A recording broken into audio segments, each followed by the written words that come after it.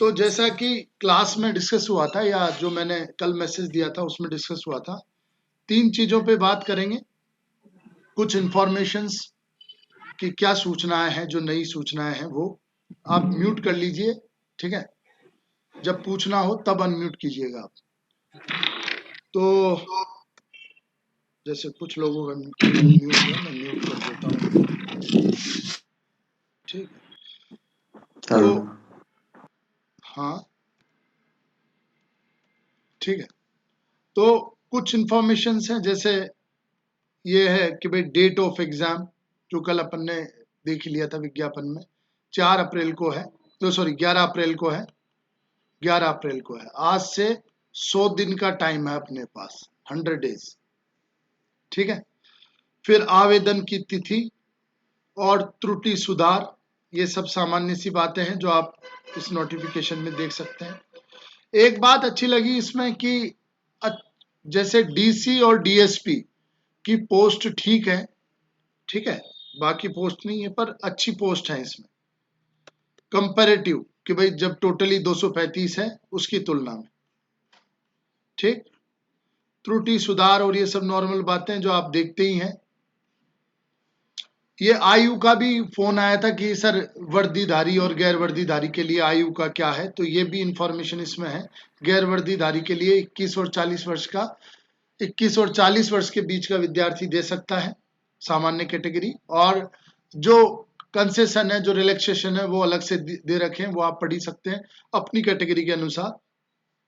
वर्दीधारी पदों के लिए 21 से 33 वर्ष है, ठीक है। आयु की गणना 21 से होगी, 2021 से। यहां मुझे लग रहा था कि वो शायद 1 साल की छूट दें कि 20 से करें, पर 2019 के नोटिफिकेशन में उन्होंने 1 जनवरी 20 ली थी, तो यहां वाजिब है कि वो 2021 लेंगे, ठीक है, बिल्कुल। और यही पैटर्न चलता भी आया है कि जिस साल नोटिफिकेशन आता है उसके अगली साल वो 1 जनवरी का लेते हैं, ठीक। तो ये भी ठीक है। ये शारीरिक मानदंड है, ठीक है, हाइट दे रखी है और चेस्ट की। फिर अब अपन अपनी काम की बात पे आते हैं कि अपॉर्चुनिटीज क्या है अपने लिए। तो आप प्लीज म्यूट कर लीजिए। तो अपॉर्चुनिटीज क्या क्या है अपने लिए, इसमें 2 चांस एक साथ हैं, बहुत बड़ी अपॉर्चुनिटी है ना। एक बार प्रिपरेशन, जैसे अभी जो मेंस दे रहे हैं, ठीक है, मेंस दे रहे हैं वो ऑलरेडी प्रिपेयर कर ही रहे हैं, ठीक है। तो उनके लिए दोनों चांस है कि दोनों तैयारी लगभग 80% सिलेबस चेंज हुआ है लेकिन फिर भी 80% तक सिलेबस सेम है, तो एक बार की प्रिपरेशन में वो 2 अटेम्प्ट अच्छे से दे सकते हैं। दूसरा, जो इवन प्री में फेल भी हो गए हैं, वो भी अभी रिजल्ट आया है, तो इससे पहले वो मेंस की प्रिपरेशन कर ही रहे थे, ठीक है, तो उनकी तैयारी भी लगभग कंटिन्यू थी। तो एक तैयारी का लॉकडाउन के बाद एक तैयारी का कंटिन्यूएशन आपका जारी था, तो उस तैयारी के साथ आप जो मेंस प्री में पास हुए हैं वो 2 अटेम्प्ट, और जो प्री में फेल हुए हैं उनके लिए भी एक और अवसर है। ओवरऑल अच्छी पोस्ट है। जो 2000 जो प्री में पास हुए हैं उनके लिए टोटल दोनों का योग करके लगभग, ठीक है, 800 के आसपास पोस्ट, 800 से ज्यादा ही है ना। और जो अब आने वाली संभावना है, जो मतलब प्री में फेल हो गए हैं उनके लिए भी ये दूसरा अटेम्प्ट आया है, ठीक है। फिर अच्छी पोस्ट है इसमें, जो टॉप पोस्ट है वो ठीक है। हाँ, सबसे बड़ा एडवांटेज जो है, सबसे बड़ा एडवांटेज जो मुझे लगता है और जो मैंने इस स्टेट पीएससी में अनुभव किया कि प्री, मेंस और इंटरव्यू में बहुत सारा टाइम लग जाता है। जैसे 2019 में हम देख सकते हैं, 2019 के नोटिफिकेशन में या 2019 के प्रिपरेशन एग्जाम ड्यूरेशन में हम देख सकते हैं बहुत सारा टाइम लगता है। वो इसमें संभावना न्यूनतम है, इसमें संभावना उसकी कम से कम है। ये वाला जो 2020 का ये जो नोटिफिकेशन आया है, इसमें संभावना है कि ये बहुत जल्दी प्रोसेस होगा। प्री 11 अप्रैल को दे दिए, फिर मेंस दे देंगे और फिर इंटरव्यू, क्योंकि पीछे से दबाव है दूसरी एग्जाम लेट होने का। 2019 ऑलरेडी बहुत लेट हो चुकी है, तो ये प्रोसेस बहुत तेज निपटेगा, ये संभावना है। 2020 के लिए, ठीक है। तो 2020 के लिए ये संभावना है कि ये प्रोसेस फास्ट होगा, शॉर्ट ड्यूरेशन में होगा। सबसे बड़ा एडवांटेज है ये, क्योंकि 19 में देखो तो कितने टाइम से हम लोग पढ़ रहे हैं, और अब जाके प्री का रिजल्ट आया, फिर मेंस देंगे, फिर इंटरव्यू, तो बहुत ड्यूरेशन हो गया है उसको, ठीक है। तो ये बहुत बड़ा एडवांटेज है ये वाला। चैलेंजेस क्या क्या है? चैलेंजेस है, न्यू सिलेबस है, सिलेबस चेंज हो चुका है। तो जो पुराना पैटर्न है, ठीक है, पुराने हमारे जो एक्ट पढ़े हुए हैं, प्री में हम स्पोर्ट्स याद रखते थे, एक्ट याद रखते थे, ठीक है, मिसलिनियस भी ठीक ठाक ही आता था। तो ये सब चीजें, तो ये एक माइनस हो गया है। तो नया सिलेबस है, नए सिलेबस के अनुसार। चैलेंज ये भी है लोगों के लिए कि नया सिलेबस, ठीक है, मतलब उनको 2019 का मेंस भी देना है और 2020 का प्री भी देना है, ठीक है। तो दोनों की साथ साथ तैयारी। जिनका प्री पास हुआ है उनके लिए ये भी चैलेंजेस है, चैलेंज है कि वो दोनों को कैसे सिंक्रोनाइज करें, दोनों को साथ में किस तरह से लेकर चलें। तो ये भी उनके लिए चैलेंज है। उनके लिए ये भी चैलेंज है कि नया और पुराना दोनों सिलेबस उनको एक साथ लेके चलना है, ठीक है। तो पहले कौन सा पढ़ें, प्री मेंस की तैयारी करते हुए प्री कैसे इंश्योर करें, या प्री या मेंस पर कैसे अच्छे से फोकस करें कि मेंस भी अच्छे से दे पाए। ये सब चैलेंजेस। तो जो मेन मुद्दा है हमारा वो यही है, ये वाले मुद्दे हमारे मेन है आज के डिस्कशन के, कि दोनों को साथ में लेके कैसे चलें, ठीक है। और नए स्टूडेंट के लिए जो प्री 2020 ही फोकस कर रहा है, उसके लिए क्या स्ट्रेटजी होनी चाहिए, ये दो पे अपन डिस्कस करेंगे। अगला चैलेंजेस जो अपन ने देखा कि अनएक्सपेक्टेड रिजल्ट रहा प्री का, कट ऑफ ज्यादा बड़ी आई, ठीक है, एक्सपेक्टेड से, ठीक है। जो भाई प्रीवियस इंटरव्यूज वाले, मेंस वाले बच्चे कई बाहर हैं, जिन्होंने पहले मेंस दिया था, इंटरव्यूज दिए थे, वो बच्चे बाहर हैं, ठीक है। फिर जो वन डे एग्जाम के जो स्टूडेंट प्रिपेयर करते हैं, जैसे व्यापम के, एसएससी के, बैंक पीओ के, ये सब में प्री तो देते ही देते हैं, तो वो अच्छी कमांड रखते हैं ऑब्जेक्टिव क्वेश्चंस पर, और उन्होंने भी अच्छा कंपटीशन बढ़ाया है इसमें, ठीक है। तो कंपटीशन ज्यादा है, कट ऑफ बढ़ती जा रही है, हायर कट ऑफ है, तो अब भी एक्सपेक्टेड है, अगर पेपर पे डिपेंड करता है कि पेपर कैसा आता है। दूसरी बात, नेगेटिव मार्किंग नहीं है इसमें, तो बच्चे खूब भर भर के तुक्का लगाते हैं और कंपटीशन बढ़ता है उसमें, ठीक है। तो इस तरह से बहुत डाइसी सा प्री है, प्री बहुत ही अनएक्सपेक्टेड सा है और बड़ा रिस्की है। और प्री में ही अगर अपन बाहर हो जाते हैं तो उस अटेम्प्ट से जो हमको सीखने को मिलता है वो एक लर्निंग नहीं मिल पाती हम लोगों को, ठीक है। तो ये भी एक सबसे बड़ा चुनौती है। तो सबसे बड़ी सीख ये है कि जो प्रीवियस रिजल्ट आया और प्रीवियस अटेम्प्ट अपन लोगों ने दिया, देखा, तो उसमें सबसे बड़ी सीख ये है कि प्री बहुत ही अनएक्सपेक्टेड है, कंपटीशन भी बढ़ रहा है। खूब लोगों ने कहा था 70 से ऊपर जा ही नहीं सकती, है ना, 70 तो बहुत हो गया है ऐसे पेपर में, ठीक है, लेकिन कट ऑफ बहुत ज्यादा गया, 73, ठीक है। तो आप ये चीज देखें कि प्री में कंपटीशन ज्यादा है। जो एमपीपीएससी का सिचुएशन है, जो कंडीशंस हैं कि नेगेटिव मार्किंग नहीं है, वनडे वाले बच्चे खूब देते हैं अच्छे से, सीनियर बच्चे जूनियर बच्चे दोनों साथ में आते हैं, ठीक है। सिलेक्टेड बच्चे भी, सिविल सेवा का पैराडॉक्स टाइप है कि सिलेक्टेड बच्चे भी अच्छी अपनी पोस्ट सुधार करने के लिए एग्जाम देते हैं, ठीक है। तो इन सब चीजों को देखते हुए प्री बहुत ही क्रूशियल स्टेज है एमपीपीएससी में, तो इस चीज को आप लेके चलें। ये अपना सिलेबस है नया, लगभग सेम सा ही है, इस बार थोड़ा सिस्टमेटिक किया है इन्होंने। मध्य प्रदेश का इतिहास, संस्कृति, साहित्य उसमें क्लासिफाई कर दिया है, भारत का इतिहास क्लासिफाई कर दिया है ना, मध्य प्रदेश का भूगोल इसको क्लासिफाई कर दिया है कि क्या क्या हमको पढ़ना है, भारत और विश्व का भूगोल, ठीक है, उसको क्लासिफाई कर दिया है इन्होंने, तो उसको क्लासिफाई कर दिया है इन्होंने। तो थोड़ा सा सिस्टम इस बार आया है, एक थोड़े सा पॉइंट से डिफरेंट कर दिए कि एग्जैक्टली क्या पढ़ना है, किसके सराउंडिंग पढ़ना है, राज्य की संवैधानिक व्यवस्था, राज्य की अर्थव्यवस्था, ये पहले एक में ही दे रखा था, इस बार तोड़ के अच्छे से दे दिया है उन्होंने। संविधान, शासन प्रणाली, भारत की अर्थव्यवस्था, ये बड़ा अजीब है कि ये मैंने एमपीपीएससी में देखा है कि इसने पॉलिटी और इकोनॉमी को प्री में मर्ज किया है। ठीक है, पॉलिटी और इकोनॉमी को मर्ज किया है, विज्ञान और पर्यावरण को मर्ज किया है। ज्यादातर ज्योग्राफी और पर्यावरण को अपन देखते हैं, पर इन्होंने इन चीजों को मर्ज किया है। ठीक है, ये पुराना है,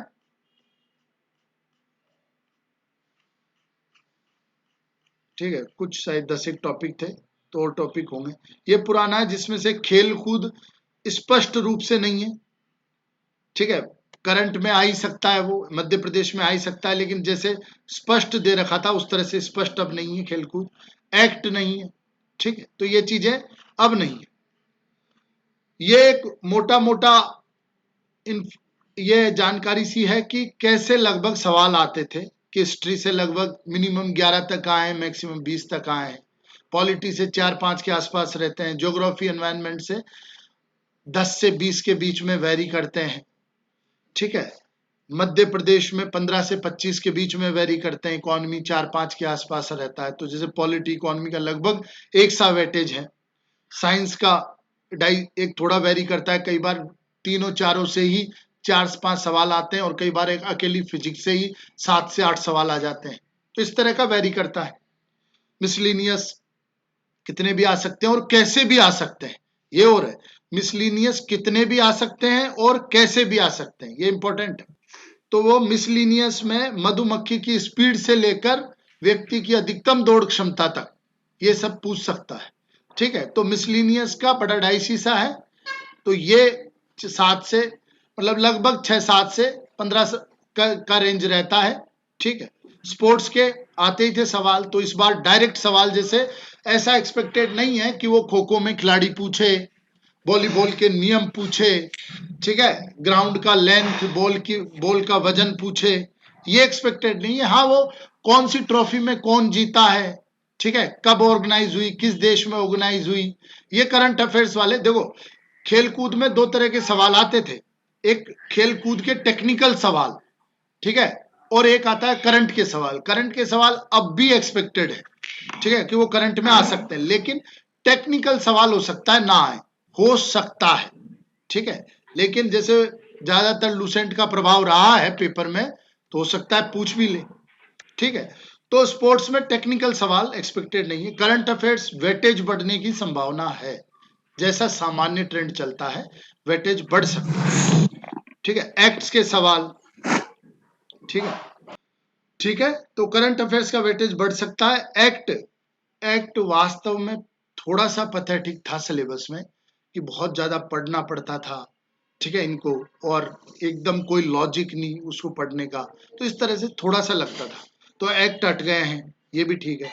अब एक बात आप ध्यान रखना, जैसे एक्ट हट गए हैं और लगभग 10 से 12 सवाल एवरेज आते थे, 20 तक भी आए हैं, लेकिन 10 से 12 एवरेज आते थे, स्पोर्ट्स के टेक्निकल चीजें हट गई है। तो यहां पर ये चीजें हटने से यूपीएससी के बच्चे भी अब ठीक से कॉम्पीट कर पाएंगे भैया।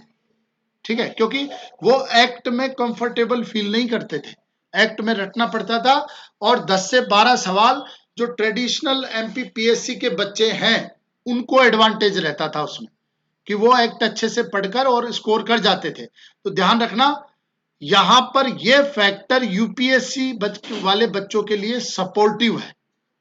ठीक है, तो उधर से भी अब कंपटीशन थोड़ा सा बढ़ सकता है अपने लिए। अगला अपन देखते हैं रणनीति क्या होनी चाहिए। हमारा मेन मुद्दा यही है रणनीति का आज का, कि कैसे अपन करें और क्या करें ताकि अपना जो उद्देश्य है, उद्देश्य बच्चों का दो तरह का है, दो ग्रुप के बच्चे हैं यहाँ। एक बच्चे हैं जो प्री और मेंस दोनों की प्रिपेयर करेंगे, 2019 का मेंस और 2020 का प्री, ये दोनों उनको लेके चलना है। और एक है जो केवल 2020 का प्री करेंगे। तो 2020 का प्री करेंगे, उनके लिए ऐसा चैलेंज नहीं है, उनके लिए सिंपल चैलेंज है कि हम कैसे करें। उसमें दो तरह के बच्चे हैं 2020 के प्री में, दो तरह के बच्चे हैं। जो इस बार पहली बार देंगे तो उनका नया अनुभव है, वो सिर्फ पढ़ने का और वैसा टेंशन है।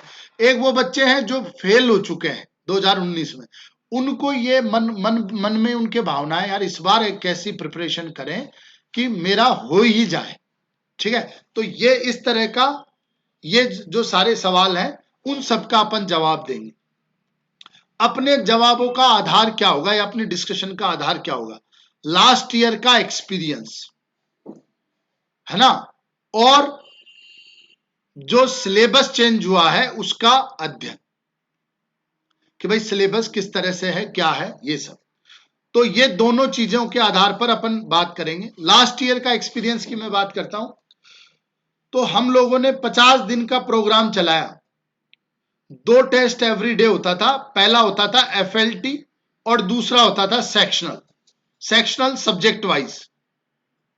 10,000 सवाल हमने 50 दिनों में दिए, क्योंकि 100 सवाल, ठीक है, 100 सवाल आते हैं और 100 टेस्ट ही हमने लिए, 50-50 ना, ठीक है, 100 टेस्ट हमने लिए। तो इस तरह का हमने देखा, उस चीज में हमने पाया कि एमपीपीएससी में और मेनली मिसलिनियस और एमपी से रिलेटेड सवालों में आपके पास ऑथेंटिक सोर्स नहीं रहता है। ठीक है, कि ये इतना ही है, ये आंकड़ा यही है, इस झील को ये बोलते हैं, इस भवन का ये नाम नहीं है, ये ऑथेंटिक आंकड़ा आपको नहीं मिलता है। एक तो ये दिक्कत है एमपी में। और मिसलिनियस में जो लूसेंट में लिखा है उसको फाइनल माना जाता है। ठीक है, और एमपी में कोई सोर्स नहीं है, जैसे इकोनॉमिक आर्थिक सर्वेक्षण ले लो आप, तो बहुत लेंदी है, पढ़ने में दिक्कत है। जैसे भारत इंडिया ईयर बुक आती है, ऐसी कोई बुक नहीं आती है एमपी में। रोजगार निर्माण या जो अन्य स्रोत हैं, पुस्तकें हैं, उनमें आंकड़े बहुत सारे गलत हैं। तो जैसे एक आंकड़ा हम लोगों ने दिया तो बच्चे दूसरी बुक के आधार पर क्लेम करते हैं कि यह आंकड़ा गलत है। ठीक है, तो इस तरह का इश्यू है एमपी और मिसलिनियस वाले सवालों में। एक्ट और स्पोर्ट्स अब रहा ही नहीं। ठीक है, तो ये हमने देखा जिन बच्चों की तैयारी अच्छी थी और उन्होंने ये टेस्ट दिए, हमने टारगेट रखा था कि 80 सवाल आपके सही होने चाहिए। ठीक है, कि जिन बच्चों की तैयारी अच्छी थी, पहले से पढ़ रखा था और उन्होंने ये टेस्ट अच्छे से दिए, तो ना तो उनके पास लोड था क्योंकि उनका पढ़ा हुआ है, और उन्होंने टेस्ट भी अच्छे से दिए और सही स्कोर उनका हुआ। और ये हमने देखा कि जिनके 70 आते थे उनके भी +3 या +5 फाइनल स्कोर रहा है। ठीक है, तो ये हमने देखा कि यार जो यहां स्कोर होता था उससे ज्यादा ही स्कोर हुआ। और इंटेंसिव टेस्ट प्रिपरेशन से उन बच्चों को फायदा हुआ जिनका पहले पढ़ा हुआ था, या जो नए बच्चे थे और वो अच्छे से प्रिपेयर कर रहे थे। मतलब वो देखो, नए बच्चे भी हैं लेकिन साथ में पढ़ भी पा रहे हैं उतना कंटेंट। हर बच्चा कवर नहीं कर सकता है, लेकिन वो कवर भी कर पा रहे थे। ठीक है, तो इस तरह का कमांड, ये हमारा अनुभव रहा। ठीक है, दूसरा ओल्ड स्टूडेंट का ऐसा होता है कि उसको लूसेंट और जो प्रमुख किताबें हैं वो बहुत अच्छे से, और मेनली लूसेंट बहुत अच्छे से उन्होंने रंग रखी है एक तरह से, और बहुत अच्छे से उनकी लूसेंट तैयार है, जो बहुत ज्यादा हेल्प करती है। ठीक है, प्रीलिम्स निकालने में, तो वो कॉन्फिडेंट रहते हैं। उनको ट्रेडिशनल सब्जेक्ट पे उनका कमांड अच्छा है, एमपी और ट्रेडिशनल सब्जेक्ट जैसे हिस्ट्री, ठीक है, ज्योग्राफी, वर्णमाला उन्होंने पढ़ रखी है अच्छे से। ठीक है, तो ये कमांड अच्छा है, तो वो कॉन्फिडेंट रहते हैं। प्लस उनको क्वेश्चंस के एरियाज पता है, उनको क्षेत्र पता है और क्वेश्चन के टाइप पता है, तो वो कॉन्फिडेंट रहते हैं। ये मैं आपको सीनियर बच्चों का या सिलेक्टेड बच्चों का बोल रहा हूं।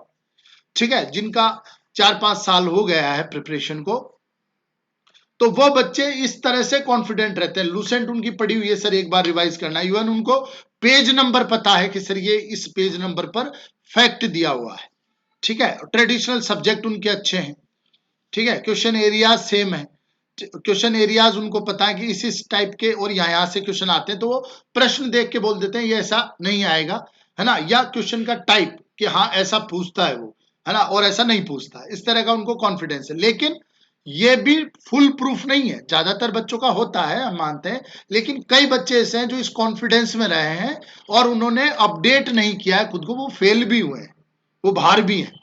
ठीक है, तो ये एक सिचुएशन है, क्योंकि अपने ग्रुप में ही काफी बच्चे होंगे जो कि सर हम इसी बीमारी के मारे हुए हैं कि हम कॉन्फिडेंट थे पर 72 पे अटक गए हैं, 70 पे अटक गए हैं, 71 पे अटक गए हैं, ऐसे कई बच्चे हैं। नए स्टूडेंट का भी जो पहली बार में क्लियर हुआ है उसका अनुभव भी हम आपको बता दें तो ऐसे स्टूडेंट की केस स्टडी भी हम लोगों ने की है, हम लोगों ने देखा है जो पहली बार में प्री क्लियर किए। एक एक स्टूडेंट था हमारे यहाँ जो पहले टेस्ट में आया तो उसके 42 सवाल सही हुए, फाइनल स्कोर 84 रहा फाइनल। ठीक है, तो ये जर्नी भी उन्होंने की, टेस्ट उन्होंने दिए, बिल्कुल रेगुलर दिए, जो किताबें मतलब वो पूरी तरह से डिपेंड रहे एक सोर्स पर। जैसे कुछ भी दिक्कत आई उन्होंने पूछा कि कौन सी किताब पढ़े, ये पढ़ लो, तो उन्होंने वो पढ़ ली। ठीक है, फालतू का दिमाग नहीं लगाया। तो इस तरह से कहीं कोई भी सोर्स, ऐसा नहीं हम बोल रहे हमारे इंस्टीट्यूट पे डिपेंड रहे, पर एक स्रोत कहीं भी, क्योंकि वो उस नियत समय में सिर्फ वही एक चीज अच्छे से पढ़ सकते थे, क्योंकि सिर्फ पढ़ना नहीं, अच्छे से पढ़ना, तो वो एक चीज कर सकते थे, उन्होंने किया। तो देखो उन्होंने लूसेंट ऐसा नहीं सीनियर बच्चों की तरह उसको रंग डाली, लेकिन ठीक ठाक उन्होंने कवर की लूसेंट। ठीक, इंटेंसिव टेस्ट प्रैक्टिसेस उन्होंने की, जहां भी टेस्ट मिल रहे थे उनको, वो टेस्ट उन्होंने दिए, अच्छे से दिए, सॉल्यूशंस अच्छे से पढ़े, उनको रिवाइज अच्छे से किया, और प्रीवियस ईयर क्वेश्चंस और सिलेबस को उन्होंने अच्छे से देखा। प्रीवियस ईयर क्वेश्चंस मतलब कि एक्ट से कितने आते हैं, मिसलिनियस से कितने आते हैं, पॉलिटी से कितने आते हैं, ज्योग्राफी से कितने आते हैं, ये उन्होंने एक आइडिया बना लिया। तो जो सीनियर बच्चों ने 5 से 6 साल, 7 साल, 8 साल में जो बनाया, वो उन्होंने थोड़ा बहुत सीखा 1-2 महीने में। ठीक है, तो ये उन्होंने आइडिया लिया। ऐसे बच्चों का पहली बार में निकला है, आराम से निकला है। कई बच्चे हैं जो पहली बार में इन है, मेंस, भाई मेंस क्लास के, मेंस प्रोग्राम के बच्चे थे वो, अब हमारे तो वही संपर्क में थे ना, टेस्ट सीरीज में जो जुड़े, उन्होंने इंटेंसिव तैयारी भी की। मतलब अब 1000 सवाल हमने दिए, तो हो सकता है इसमें से 20% तो टफ थे ही, 20% अननेसेसरी भी होंगे। कोई क्लेम नहीं कर सकता कि 10,000 सवाल दिए तो 10,000 के 10,000 काम के थे, हो ही नहीं सकता है। ठीक है, लेकिन उन्होंने उन सवालों को अवॉइड किया और जो अच्छे सवाल थे उन सवालों को उन्होंने अच्छे से प्रिपेयर किया। ये सब जगह आपको मिलेगा। ठीक है, तो काम की चीजें उन्होंने ली, उनको फिल्टर करना आता है। फिल्टर करना सीखते हैं अपन सिलेबस से और प्रीवियस ईयर के क्वेश्चन से, इससे अपन फिल्टर करना सीखते हैं। ठीक है, तो उन्होंने फिल्टर करना सीखा। कई बच्चे ऐसे भी हैं जो खूब पढ़ते थे, सीनियर भी थे, खूब पढ़ते भी थे और लगातार तैयारी भी कर रहे थे, फिर भी फेल हुए, फिर भी वो फेल हुए। क्या उनकी टेंडेंसी, एक कॉमन टेंडेंसी जो मैंने देखी वो ये थी, ये भी पूछा जा सकता है। ये बार बार उनको ये डाउट रहता है। जैसे जो भी चीज पढ़ते हैं, जो भी किताब मार्केट में नहीं आती है, जो भी टेस्ट सीरीज नहीं आती है, तो वो ये सोचते हैं कि ये भी पूछा जा सकता है। तो यार भैया, इसको आपको लिमिट करना पड़ेगा, नहीं तो फिर आप सब कुछ पढ़ोगे, सब कुछ आपको, वो देखते हैं भाई, जैसे जो नेशनल लेवल के करंट अफेयर्स हैं, तो वो देखते हैं उनको, अरे यार ये तो बिल्कुल पूछा जा सकता है, ये पूछा जा सकता है, तो वो उसमें चले जाते हैं और इससे अननेसेसरी कंटेंट का लोड बनता है उनके पास। भाई जो अनावश्यक कंटेंट है ना, वो लोड पड़ता है, क्योंकि सिविल सर्विसेज में ये बहुत ही इंपॉर्टेंट है कि आपको पता चले कि क्या आवश्यक है, क्या आवश्यक नहीं है। ये बहुत इंपॉर्टेंट है, क्योंकि यहां पर अपने एफर्ट या मेहनत का मैक्सिमम लाभ आएगा ना, तभी आप पास हो पाओगे। दूसरा तो ये, अधिक पढ़ने से और ज्यादा मटेरियल कवर करने से उनको कंफ्यूजन होता है, और कंफ्यूजन की वजह से, इस ओवरलोड की वजह से, वो जो इंपॉर्टेंट टॉपिक है वो उन्होंने पढ़े हैं, लेकिन उस पर उनकी क्लियरिटी नहीं रह पाती और वो एग्जाम में कंफ्यूज होते हैं और गलत टिक करके आते हैं। कई स्टूडेंट मैं ऐसे बता दूंगा जो सिर्फ 1 या 2 सवालों की वजह से बाहर है, 1 या 2 सवाल उनके गलत है और वो बाहर। ठीक है, और वो ये ऐसे बोलते हैं सर क्या सिली मिस्टेक्स हमने की थी।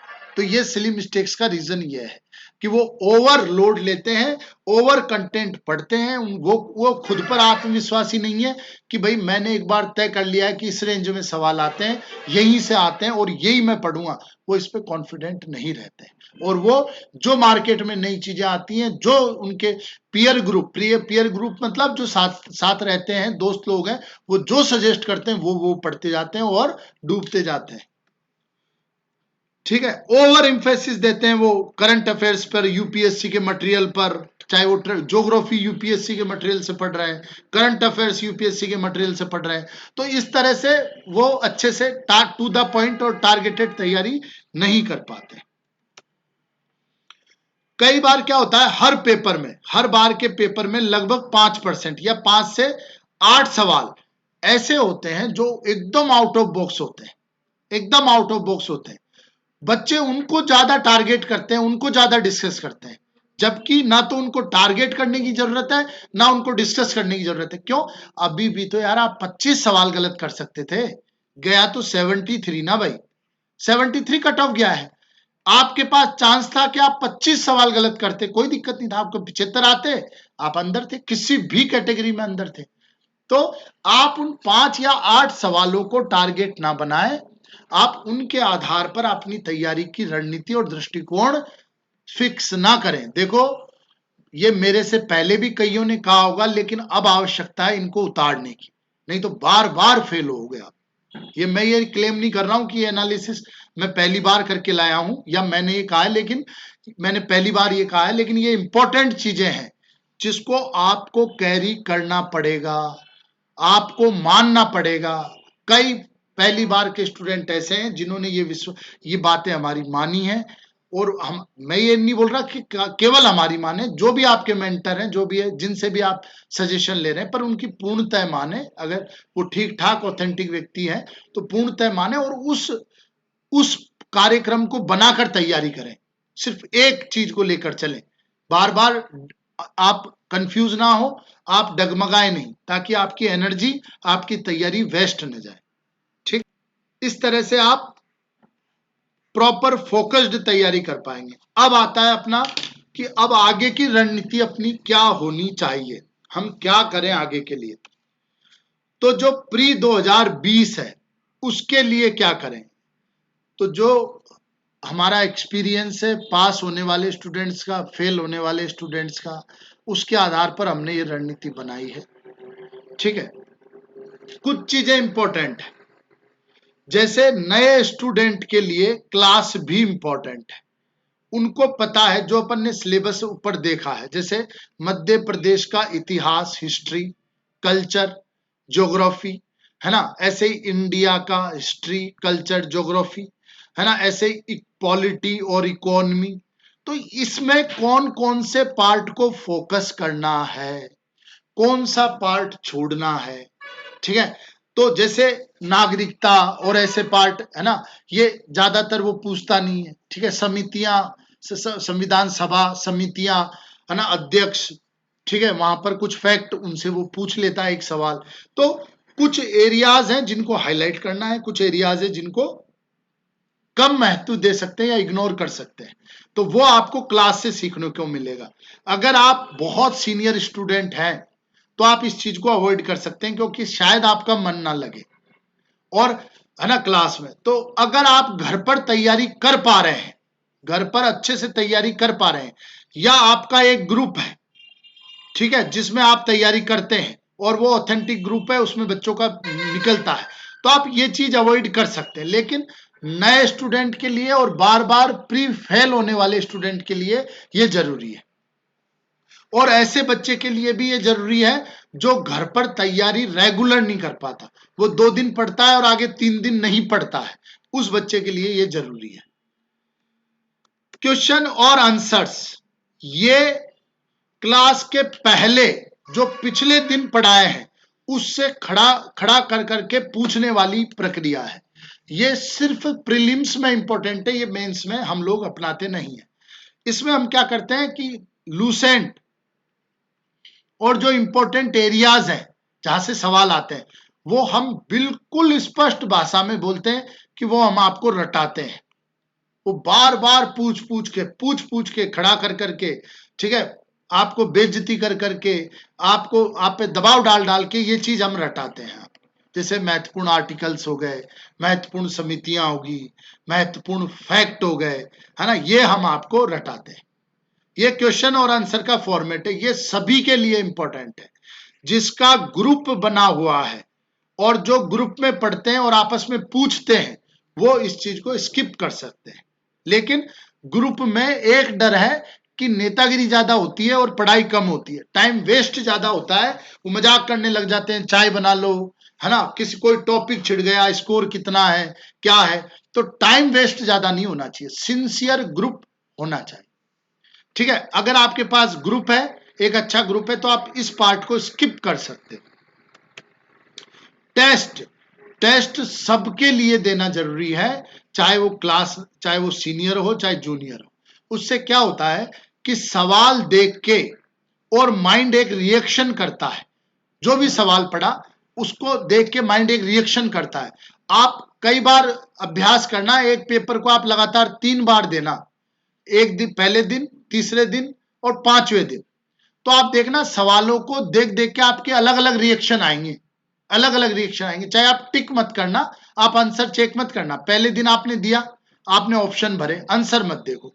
दूसरे दिन आया, आपने आंसर भरे, फिर आप अलग ऑप्शन भरोगे। तीसरे दिन आया और फिर आपने आंसर भरे, तो आप अलग ऑप्शन भर सकते हो, और फिर आपने मिला लिया आंसर की से कि यार कौन से सही है। तो देखना 10 से 15% वेरी करेगा आपका। आप पहले दिन कुछ सवालों के अलग ऑप्शन लगाओगे, अगले दिन अलग ऑप्शन लगाओगे। यह होता है कि माइंड हमारा थोड़ा सा डेविएट करता है एक ही चीज पर, बार बार हम कंफ्यूज हो जाते हैं, अननेसेसरी माइंड कंफ्यूजन क्रिएट कर देता है। इस तरह की ये चीजें हैं जो होती हैं। ठीक है, बार बार प्रैक्टिस से ये चीज आपकी मिनिमाइज की जा सकती है। आप देखे हुए सवालों को गलत नहीं करोगे, पढ़े हुए सवालों को गलत नहीं करोगे। यह आता है टेस्ट से। हम बोलते हैं ना, जो बच्चा मैथमेटिक्स में अच्छा होता है वो बच्चा ऑब्जेक्टिव में या इनमें अच्छा करता है। क्यों?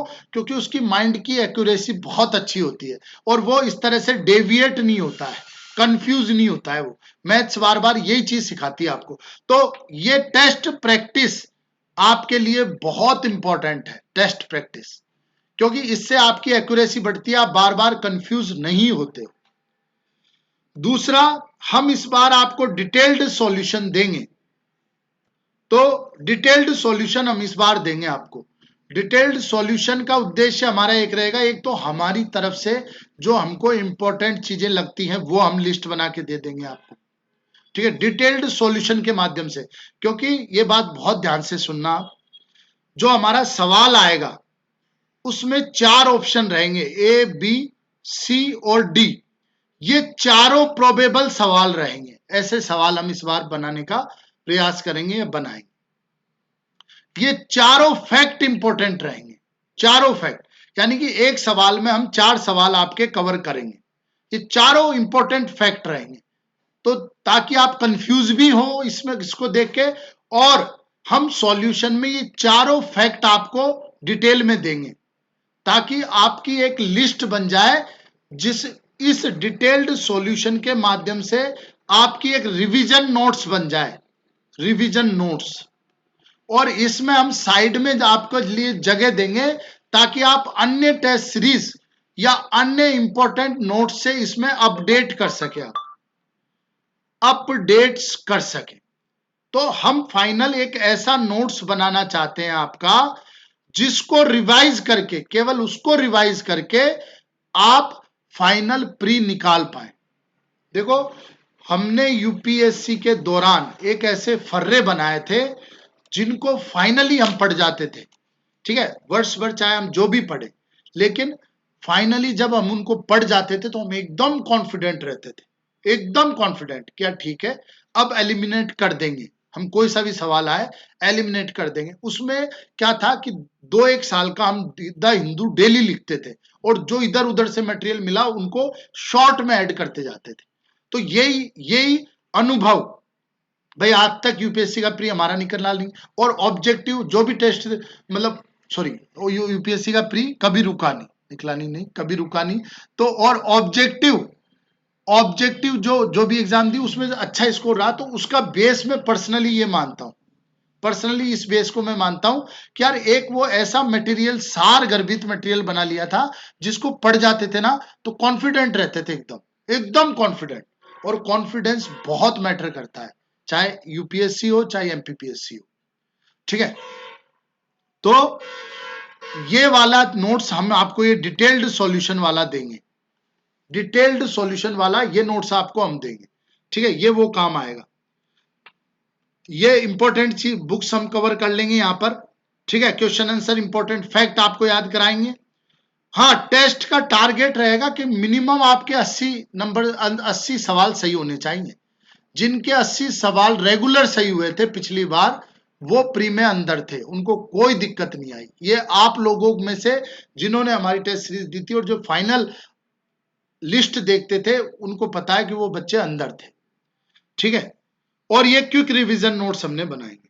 तो प्री के लिए हमने ये प्लान किया है, डिटेल्ड प्लान, पर डे का शेड्यूल, लगभग 85 से 90 डेज का, 85 से 90 दिन का डिटेल्ड शेड्यूल आपके पास आएगा, ठीक है। डिटेल्ड शेड्यूल, उसमें हर दिन का टॉपिक पता रहेगा आपको, हर दिन का रेफरेंस बुक पता रहेगी, हर दिन के नोट्स आपको मिलेंगे, हर दिन क्या पढ़ के आना है वो आपको पता रहेगा। लगभग 1 से 1.5 घंटे की क्वेश्चन आंसर सीरीज, मतलब पूछना है ना, पूछना वो आपसे रहेगा, बिल्कुल बेइज्जती कर करके पूछेंगे, एकदम सबसे, किसी को नहीं छोड़ेंगे। तो चाहे 1.5 घंटा लगे उसमें 2 घंटे लगे, ठीक है। तो वो आपका बिल्कुल होगा, ठीक है। मतलब ताकि अगर किसी के पास ग्रुप नहीं है या ग्रुप में अनुशासन नहीं बन पा रहा है, तो हम एक ऐसा ग्रुप आपको प्रोवाइड कर पाए, उसका उद्देश्य ये है, ठीक है। तो इस तरह से ये प्लान आएगा प्री 2020 का। इसमें ये क्लास रहेगी, क्वेश्चन आंसर पूछने का, आपको रटाने का प्रोसेस रहेगा, टेस्ट रहेगा और डिटेल्ड सॉल्यूशन रहेगा। अगला आएगा उन बच्चों के लिए जो 2019 भी तैयारी कर रहे हैं और जो 2019 मेंस का और जो 2020 प्री दोनों की तैयारी कर रहे हैं, उनके लिए। तो उन बच्चों के लिए अपन ने क्या किया है, देखो भाई, अब तक हमने उन बच्चों के लिए क्लास प्लान नहीं की थी, बिल्कुल नहीं की थी क्लास प्लान, ठीक है। क्यों क्लास प्लान नहीं की थी? कि भाई वो बच्चे लगभग तैयारी कर चुके थे और अब टाइम कम था, तो हम लोगों ने कि भाई ठीक है, लाइव आंसर राइटिंग के माध्यम से हम थोड़ा डिस्कस कर लेते थे और उनको वो चीजें दे देते थे। तो क्लास प्लान नहीं की थी अब तक, है ना। लेकिन अब हम क्लास प्लान कर रहे हैं ताकि उनको, क्योंकि वो बच्चे प्री और मेंस का सेपरेट नहीं कर पाएंगे, प्री और मेंस का वो हमसे बढ़िया सेपरेट नहीं कर पाएंगे। तो हम उनके लिए क्लास प्लान कर रहे हैं जिसमें फोकस रहेगा 80% मेंस पर, 2019 मेंस पर, और 20% 2020 की प्री पर, टिल मेंस 2019 तक। 2019 का मेंस जब तक नहीं हो जाता है, ये वेटेज हम लेके चलेंगे, ठीक है। तो ये वेटेज हम मेंस तक लेके चलेंगे, 2019 मेंस तक। अब 2019 मेंस की संभावना क्या है? तो जितने भी स्रोत हैं उन सबसे मालूम करने पर फरवरी लास्ट, मैक्सिमम जो पहले हो सकती है वो फरवरी लास्ट या 15 मार्च के पहले। अब 15 मार्च या मार्च के फर्स्ट हाफ में ऐसी सिचुएशन बन रही है कि बोर्ड वगैरह की एग्जाम है, ठीक है। प्लान है ऐसा, और ये सब मतलब जो इंफॉर्मेशन जो न्यूज़पेपर से इन सब से आपस में बातें करके जो सूचना मिलती है ना, वो ये उसका, इन सूचनाओं का वो आधार है। ज्यादातर सूचनाएं सही रही हैं, क्योंकि जैसे नोटिफिकेशन आना था वो जल्दी आया ही है, रिजल्ट आना था वो उन स्रोतों से ही सूचना मिली, तो ठीक है ना भाई। न्यूज़पेपर से इन सब से आपस में बातें करके तो ये सूचनाएं मिल जाती है। तो या तो फरवरी लास्ट है ना, और या मार्च फर्स्ट हाफ। तो अब और तीसरा बनता है अप्रैल। अब अप्रैल में चूंकि पहले अप्रैल का अपन सोच रहे थे कि अप्रैल फर्स्ट सेशन में होगा, लेकिन 11 अप्रैल को दे ही दिया है, ठीक है, एग्जाम प्री का, तो वो संभावना अब नहीं बनती है। बहुत ही कम संभावना या नगण्य संभावना है कि मेंस बाद में हो और प्री पहले हो जाए, ये बहुत कम संभावना है। फिर भी ये बहुत कम संभावना है, फिर भी 4 जनवरी को जो सुनवाई है उसके बाद कुछ ज्यादा चीजें क्लियर होगी, पर अभी के लिए आप फरवरी लास्ट इसको मान के चल सकते हैं, फरवरी लास्ट, ठीक है। 4 जनवरी को सही से मालूम चलेगा, बहुत कम संभावना है कि प्री पहले हो जाए और मेंस बाद में हो, बहुत कम संभावना इसकी है, ठीक है। तो फरवरी लास्ट में हम लोग प्लान कर सकते हैं मेंस का। तो इन लोगों के लिए अब कैसे तैयारी को स्ट्रीमलाइन करें कि दोनों चीजें चले। क्लास चलेगी जिसमें 80% फरवरी लास्ट तक 80% मेंस 2019 पर रहेगा फोकस, और 20% उसी से रिलेटेड 2020 पर फोकस रहेगा। फरवरी में यदि मेंस हो जाती है तो उसके बाद 100% प्री पर फोकस रहेगा। एक बात आपके दिमाग में कभी नहीं आनी चाहिए, क्या ठीक है भाई, जो मेंस 2019 में अपने एफर्ट है वो एफर्ट कम नहीं पड़नी चाहिए कि ठीक है यार एक और आ रहा है, 2020 भी आ रहा है उसमें देख लेंगे, या ठीक है जितना हो रहा है उतना कर लेते हैं बाद में देख लेंगे, ये बिल्कुल नहीं आना चाहिए, नहीं तो उसमें भी नहीं देख पाएंगे। ये आप समझो सीटें 571 और 235, भैया कितना अंतर है। तो आप मेंस 2019 को ही अंतिम लेकर चलेंगे, ठीक है। इसमें आपके फोकस पे कमी नहीं होगी और बिल्कुल नहीं करनी है कमी, ठीक है। 2019 का भी सिलेबस इसमें कवर करेंगे। दूसरा आता है हमारा दूसरा स्टेप इन दोनों बच्चों के लिए, वो है लाइव आंसर राइटिंग। इसमें ये इस तरह से रहेगी कि इसमें 15 सवाल अभी मेंस के चलते हैं तो वो चलेंगे ही चलेंगे, और कुछ 20 से 25 सवाल आपके प्री के भी रहेंगे उसी टॉपिक से संबंधित, उसी टॉपिक से संबंधित 20 से 25 सवाल जो मोस्ट प्रोबेबल सवाल हैं वो आपके 2020 प्री के भी रहेंगे। तो आप दोनों चीजें साथ में लेके चलेंगे। इसमें यह होगा कि ये जो प्री के सवाल हैं ये फैक्ट आपको इसमें काम आएंगे, आपको मेंस लिखने में। ये हम रोज प्री और मेंस दोनों का एक कॉम्बिनेशन करेंगे, प्री के 25 सवाल और 15 जो अभी चल रहे हैं हमारे मेंस के वो लेके चलेंगे, कोई इशू नहीं है। इसके भी सॉल्यूशन मिलेंगे और इसके भी आपको सॉल्यूशन मिलेंगे, ये ध्यान रखना। ये रिवीज डिटेल, ये लाइव आंसर ऑफलाइन होते तो ऑनलाइन? हाँ, ये जो लाइव आंसर राइटिंग है ना प्रोग्राम जो अभी चल रहा है अपना, इसको अपन मॉडिफाई करेंगे। किसके लिए? जो 2019 का मेंस दे रहे हैं और प्री तो सबको देनी है, उसके लिए अपन इसको मॉडिफाई करेंगे थोड़ा सा कि इसको प्री और मेंस दोनों मतलब का ये घर में बैठ के दे सकते हैं कि बिल्कुल कोचिंग दे आना सकते पड़ेगा? हैं, बिल्कुल दे सकते हैं। देखो ये नीचे लिखा है कि दोनों चीजें ऑनलाइन और ऑफलाइन मोड रहेंगे, दोनों में ऑनलाइन और ऑफलाइन मोड रहेंगे, दोनों में कोई दिक्कत नहीं है। आप बाहर से और बिल्कुल उतना ही आप अच्छे से कर सकते हो। मैं तो ज्यादा प्रेफर सॉल्यूशन भी मिलता होगा? हाँ, सॉल्यूशन मिलेगा, पीडीएफ सब मिलेंगे आपको, कोई इशू नहीं है इसमें, ठीक है। सॉल्यूशन हमने ग्रुप पे डाले भी हैं लाइव 3.0 के, ठीक है, तो वो सॉल्यूशन भी आप देख सकते हैं, ठीक।